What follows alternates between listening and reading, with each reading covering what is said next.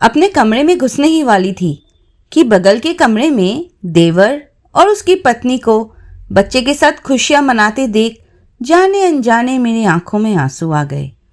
पल भर को लगा, ये मैं क्या कर रही हूँ? क्या मैं उनकी खुशियों से जल रही हूँ? छी! मन ही मन खुद को डांटते हुए मैं कमरे के अंदर गई। बिस्तर पर बैठी मेरी 4 साल की बेटी कॉपी में कुछ आड़ा तिरछा बना रही थी। बेटी के चेहरे पर नजर पड़ते ही मुझे उसके पापा की याद आ गई। मेरी बेटी बिल्कुल अपने पापा की कार्बन कॉपी है। शादी के बाद हम सिर्फ 6 महीने ही साथ रह पाए थे। इंसान इतना प्यार करने वाला था कि उनके दूर जाने की सोच से ही मुझे रोना आ जाता था। हमारी शादी को तब 6 महीने ही हुए थे और मैं 3 महीने की गर्भवती थी जब मेरे पति समर्थ विदेश चले गए। मेरे ससुर का बड़ा बिजनेस था, वहीं पापा के साथ समर्थ बिजनेस संभालते थे, लेकिन कुछ समस्याओं के कारण बिजनेस में बहुत बड़ा लॉस हो गया। बिजनेस का कर्ज चुकाने के लिए ससुर को ये घर छोड़कर बाकी सारी संपत्ति बेचनी पड़ी। इसी सदमे में कुछ दिनों बाद ससुर जी को स्ट्रोक आ गया। ससुर जी के इलाज से हमारी हालत उस वक्त बहुत खराब हो गई थी। मेरा देवर तब ग्रेजुएशन के फाइनल ईयर में था, इसलिए कोई रास्ता ना बचा देख आखिर में घर गिरवी रखकर मेरे पति परदेश चले गए। शादी के 6 महीने में ही उस इंसान से इतना प्यार हो गया था कि उनका इस तरह दूर जाना मुझसे किसी तरह बर्दाश्त नहीं हो रहा था। मैं दिन रात रोती रहती थी, लेकिन कोई चारा नहीं था और उनके इंतजार में 5 साल बीत गए। इन 5 सालों में मेरे पति की दिन रात की मेहनत से हमारी हालत काफ़ी अच्छी हो गई थी। घर का गिरवी होना बहुत पहले ही छूट चुका था। ससुर जी को एक राशन की दुकान और देवर को मेडिकल स्टोर खोलकर दे दिया था। कुछ ज़मीनें भी खरीदी थी। चारों तरफ सबका हंसता खेलता परिवार देखकर बार बार मन करता कि मेरा पति भी मेरे पास होता। 2 सूखी रोटी कम खाते, लेकिन एक दूसरे को गले लगाकर साथ सोते। मेरी बेटी को भी उसके पिता का दुलार मिलता। ये सब बातें सोचकर मैं बेटी के पास बैठी और उसे गले से लगाकर चूमते हुए कहा, क्या बना रही हो मिही? बेटी ने कहा, मैं, आप और पापा तीनों को एक साथ बना रही हूँ। मम्मा, बोलो ना पापा कब आएंगे? कब रियाद, देवर की बेटे के पापा की तरह मेरे पापा भी मुझे गोद में लेकर घूमने जाएंगे। हम तीनों एक साथ रहेंगे। मैंने अपनी बेटी को कस कर गले से लगा लिया और बोली, बहुत जल्दी बेटा, पापा हमारे पास बहुत जल्दी आ जाएंगे। चलो, बहुत ड्राइंग हो गई, अब सोने चलो, बहुत रात हो गई है। बेटी को समझा बुझाकर सुला तो दिया, लेकिन मेरा मन कहाँ मानता था। शादी के बाद का हर एक पल याद आने लगा। कितना लाड प्यार, कितनी मोहब्बत। न जाने कब दोबारा उनका साथ मिलेगा। समर्थ के बारे में सोचते सोचते ही समर्थ का फोन आ गया। फोन उठाकर हेलो कहा तो उधर से समर्थ की आवाज आई, जानती हो अनु, दिन भर की थकान तुम्हारी आवाज सुनते ही छू मंतर हो जाती है। तुम्हारी आवाज में आखिर कौन सा जादू है, बताओ तो। मैंने शर्माते हुए कहा, क्या कह रहे हैं आप? समर्थ ने कहा, जानती हो, तुम्हारी ये शर्माई हुई आवाज सुनकर ऐसा लगता है कि मैं वापस 5 साल पीछे लौट जाऊं। पहली बार जब तुम्हें देखा था मैं तो तभी तुम पर लट्टू हो गया था और तुम्हारी आवाज मेरे दिल में बार बार हलचल मचा रही थी। ऐसा लग रहा था कि तभी तुम्हें दुल्हन बनाकर अपने साथ ले आऊं या खुद यहीं तुम्हारे पास रुक जाऊं, लेकिन ऐसा हो नहीं सका। पर घर आने पर मेरा मन नहीं टिकता था, बस तुम्हें अपने पास पाने की इच्छा होती थी। लगता था कि कब शादी करके तुम्हें अपनी लाइफ पार्टनर बनाऊंगा। मैंने हंसकर कहा, हो गया, अब इतने रोमांटिक मत बनिए। ये मत भूलिए कि कुछ दिनों बाद बेटी की शादी भी करनी है। समर्थ मुंह बनाकर बोल उठे, उफ, तुम इतनी अनरोमांटिक बीवी क्यों हो गई हो? खैर, मेरी गुड़िया मीही कैसी है? मैंने कहा, सो रही है। जानते हैं, सोने से पहले भी बेटी बार बार आपके बारे में पूछ रही थी, आप देश कब आ रहे हैं? मेरी बात सुनकर समर्थ कुछ उदास होकर बोला, बहुत जल्द आऊँगा अनु, बस कुछ दिन और, फिर हमेशा के लिए आ जाऊँगा। मेरा भी तुम लोगों के बिना रहने को दिल नहीं करता। मैंने कहा, मेरा भी नहीं करता, आपको बहुत मिस करती हूँ। समर्थ ने कहा, अच्छा ऐसा क्या? मेरी बीवी मुझे कितना मिस करती है? मैंने कहा, नहीं बताऊंगी। समर्थ ने कहा, अच्छा मत बताना, घर आकर तुम्हारी सारी तकलीफ दूर कर दूंगा। इतना प्यार करूंगा कि इन 5 सालों के सारे दुख भूल जाओगी। मैंने शर्माकर कुछ नहीं कहा। समर्थ ने फिर कहा, अच्छा अनु सुनो, बाजार वाली जो जमीन खरीदने की बात चल रही है, मैंने तय किया है कि जमीन खरीदते ही उसे तुम्हारे और मिही के नाम कर दूंगा। मैंने झटपट कहा, अरे ना ना, ये बात घर में मत कहिएगा, बेवजह का झंझट मुझे पसंद नहीं है। पिताजी जमीन जिसके नाम करना चाहे करने दीजिए। समर्थ ने कहा, तुम्हें इस बारे में सोचने की जरूरत नहीं है, जो बात करनी होगी मैं पिताजी से खुद कर लूंगा। अच्छा बहुत रात हो गई है, सो जाओ, गुड नाइट। मैं कुछ और कहती इससे पहले ही समर्थ ने फोन काट दिया। मैंने मन ही मन सोचा कि फिर कोई नया बखेड़ा खड़ा होगा। अगली सुबह सास और ससुर बालकनी में बैठे बातें कर रहे थे। क्या समर्थ का फोन आया था? क्या कह रहा था? पान चबाते हुए सास ने ससुर से पूछा। ससुर जी मुंह बिगाड़ कर बोले, बेटे का दिमाग उस औरत ने पूरी तरह खराब कर दिया है समर्थ की माँ। लड़का कह रहा है कि बाजार वाली जमीन बीवी और बेटी के नाम करेगा। सास ने पान की पीक थूकते हुए कहा, मैंने तुम्हें पहले ही कहा था ना कि वह औरत किसी काम की नहीं है। देखा कैसे बेटे का दिमाग खराब कर रखा है। अब इस बहू का कुछ न कुछ बंदोबस्त करना ही पड़ेगा। ससुर जी ने पूछा, क्या करोगी? सास बोली, देखते जाओ मैं क्या करती हूँ, और जैसा कहूँ वैसा ही करो, फिर देखो कैसे बेटे का दिमाग ठिकाने लगाती हूँ। 2 दिन बाद सुबह, बहू, ओ बड़ी बहू इधर आओ। सास की पुकार सुनकर मैं दौड़ कर आई और बोली, क्या हुआ माँ, क्यों बुला रही हैं? सास बोली, बहू मिही को तैयार कर दो, आज हमें दावत में जाना है। मैं, छोटी बहू, मिही और तुम्हारे ससुर जा रहे हैं। राकेश देवर तो दुकान पर है, वह नहीं जाएगा। शाम को आकर वह खाना खा लेगा। तुम खाना वाना बनाकर रख देना, हम लोग शाम ढलते ही लौट आएंगे। मैंने कहा, अच्छा माँ। मिही को तैयार कर दिया। थोड़ी देर बाद वे लोग नाश्ता करके निकल गए। उन्हें विदा करने के बाद मैंने सुबह का नाश्ता किया। नाश्ता करने के बाद बर्तन साफ करते करते अचानक मेरा सिर चकराने लगा। मैं खड़ी नहीं रह पाई और वहीं धड़ाम से फर्श पर गिर पड़ी। चारों तरफ चीख पुकार सुनकर मैंने आंखें खोली, लेकिन कुछ समझ पाती उससे पहले ही माँ को अपने सामने देखा। माँ रोते रोते गाल पर तमाचा मारते हुए बोली, ओ कुलच्छिनी, क्या हमने तुम्हें यही संस्कार दिए थे? हमारे बारे में नहीं सोचा? कम से कम अपनी बेटी का तो एक बार ख्याल आया होता। ये पाप करते वक्त, यह कलंक लगाने से पहले तुम मर क्यों नहीं गई? मैं कुछ कहना चाहती थी, लेकिन उससे पहले ही कानों में सास की आवाज पड़ी। वह कह रही थी, समर्थ, सब कुछ बर्बाद हो गया रे, हमारा सब कुछ लुट गया। हमारा ना होने का फायदा उठाकर तेरी बीवी दूसरे गैर मर्द को घर में ले आई है। छी छी। मेरे सामने का सारा धुंधलका छट गया। ये मैंने क्या सुन लिया? मैं अपने कानों पर यकीन नहीं कर पा रही थी। क्या समर्थ भी सबकी तरह मुझे गलत समझेगा? हे भगवान, ये तेरी कैसी परीक्षा है। मैं क्या करूंगी? मुझे बचा लो। सास ने चीखते हुए रोते रोते फोन पर समर्थ से कहा, बेटे समर्थ, तू हमें माफ कर देना। हम तेरी अमानत को सुरक्षित नहीं रख पाए। इस नागिन पर हमने इतना भरोसा किया था कि सोच भी नहीं सकती थी कि ये इस तरह हमारे मुंह पर कालिक पोत देगी। एक बार भी मेरी पोती के बारे में नहीं सोचा इस जहरबुझी औरत ने। मैं इसे कभी माफ नहीं करूंगी, कभी नहीं। सास बात करते करते मेरी तरफ झपटी। उन्होंने मेरे बालों की मुट्ठी पकड़ी और घसीटते हुए बाहर ले आई। मुझे समझ नहीं आ रहा था कि मैं क्या करूं। बाहर इतने सारे लोग खड़े हैं, सबके सामने सास क्या करने जा रही थी, कुछ समझ नहीं आ रहा था।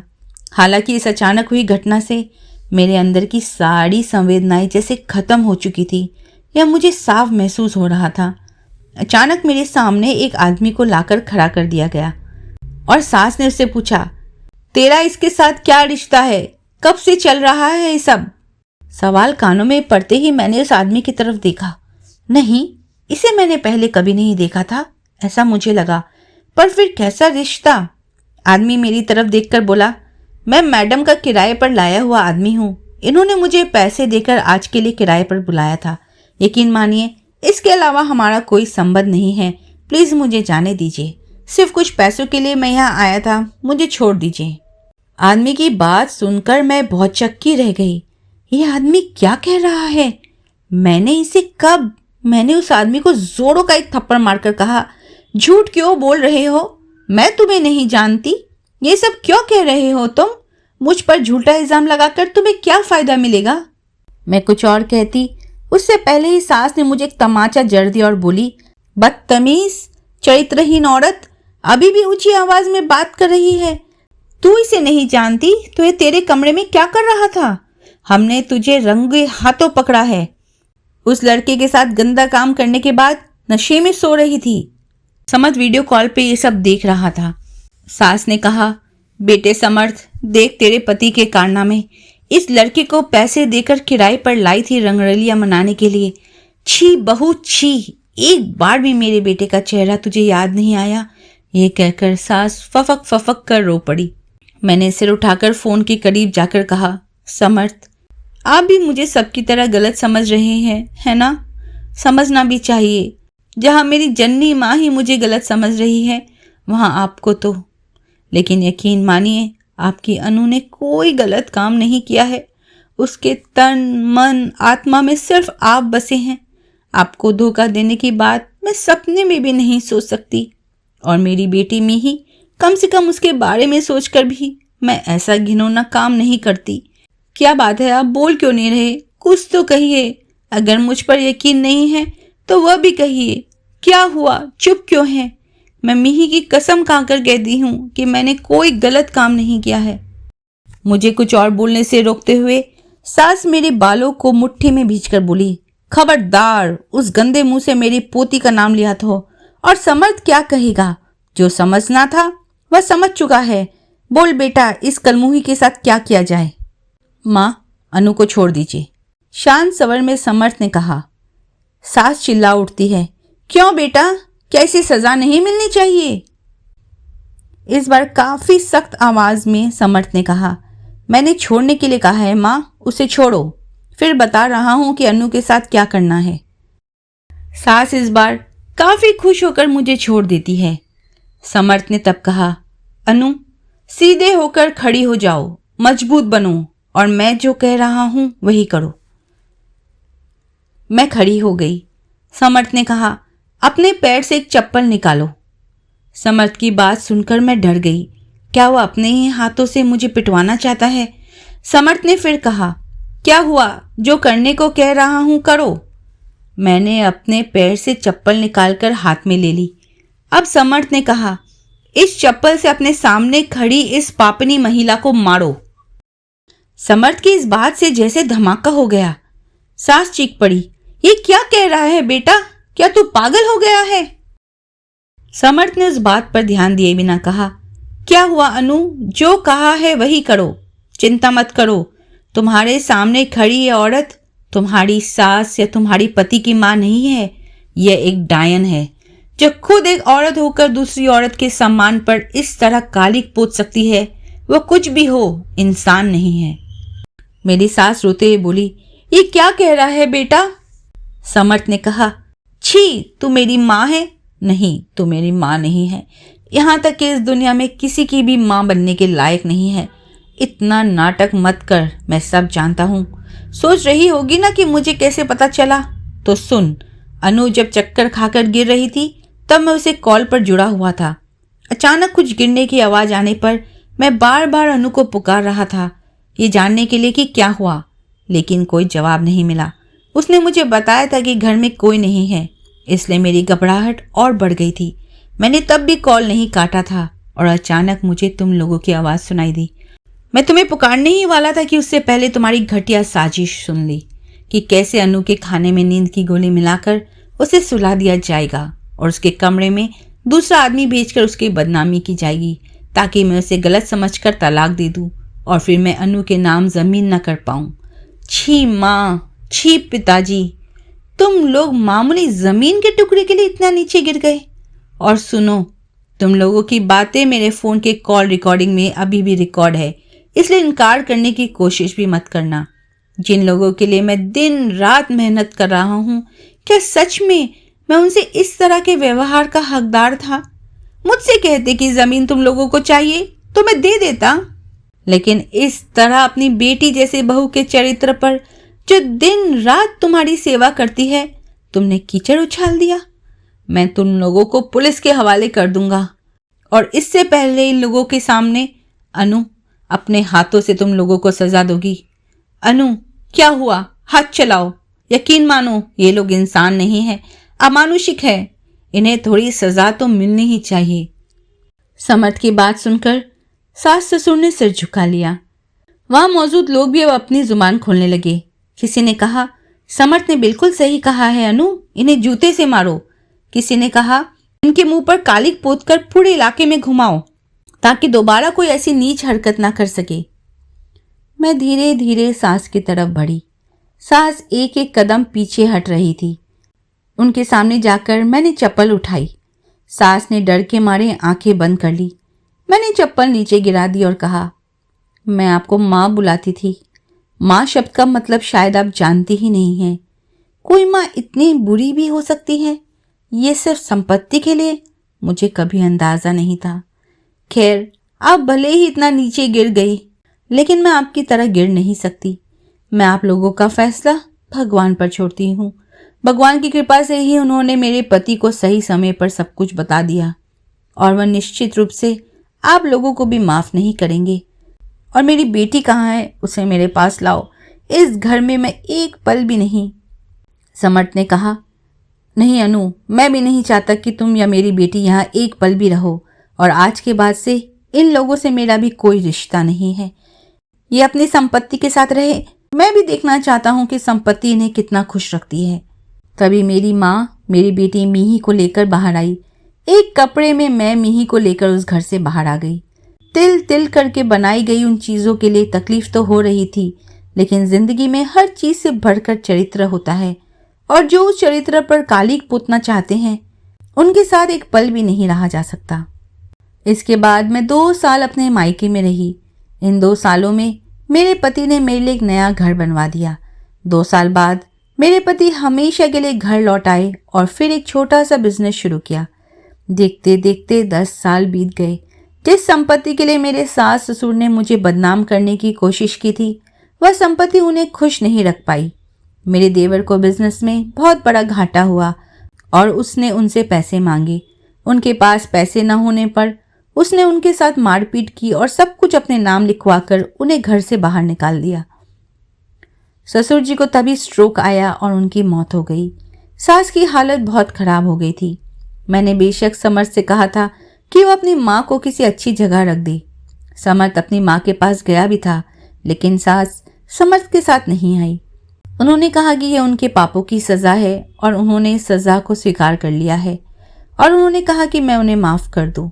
मैंने समर्थ से कहा था, मैं माफ़ करने वाली कौन होती हूँ? उनसे कहिए कि वे भगवान से माफ़ी मांगे ताकि परलोक में उन्हें थोड़ी शांति मिल सके। 1 साल बाद सास कैंसर से पीड़ित होकर मर गई। अंतिम समय में बेशक वह अस्पताल में थी। समर्थ ने बहुत इलाज करवाया, लेकिन बचाया नहीं जा सका। इन 10 सालों में और भी बहुत कुछ हुआ। मेरे पति अब एक बहुत बड़े बिजनेसमैन हैं। पैसे कौड़ी की कोई कमी नहीं है और मेरी गोद को रोशन करने के लिए मेरा बेटा भी आ चुका है, जिसकी उम्र अब 5 साल है। बेटा बेटी के साथ हम बहुत खुश हैं। पति के विश्वास और प्रेम ने मेरी जिंदगी को खूबसूरत बना दिया है। सच तो यह है कि पति के बिना ससुराल में रहना कितना मुश्किल होता है, इसे शब्दों में बयां करना कठिन है। साथ ही उन सभी महिलाओं को मेरा सम्मान और बहुत सारा प्रणाम जो पति से दूर रहकर भी सब कुछ सहते हुए साल दर साल संसार चलाती आ रही हैं। और पतियों से मेरा कहना है, प्लीज़ अपनी पत्नियों पर भरोसा कीजिए। दूर हो तब भी फ़ोन पर उन्हें समय दीजिए। उनके मान अभिमानी और शिकायतों को सुनिए। इक्का दुक्का गलत औरतों की वजह से अपनी पत्नी की उपेक्षा मत कीजिए। प्यार कीजिए, खुश रहिए और हमारे लिए भी दुआ कीजिए कि हम बाकी की ज़िंदगी भी इसी तरह अच्छे से बिता सकें। बस यहीं तक थी ये कहानी। आशा करती हूँ आपको ये कहानी अच्छी लगी। अगर कहानी अच्छी लगी तो प्लीज़ लाइक, कमेंट और शेयर ज़रूर करिए। और अगर आप इस चैनल पर नए हैं तो सब्सक्राइब कर जुड़ने की आशा करूँगी। अपना ख्याल रखिए। धन्यवाद।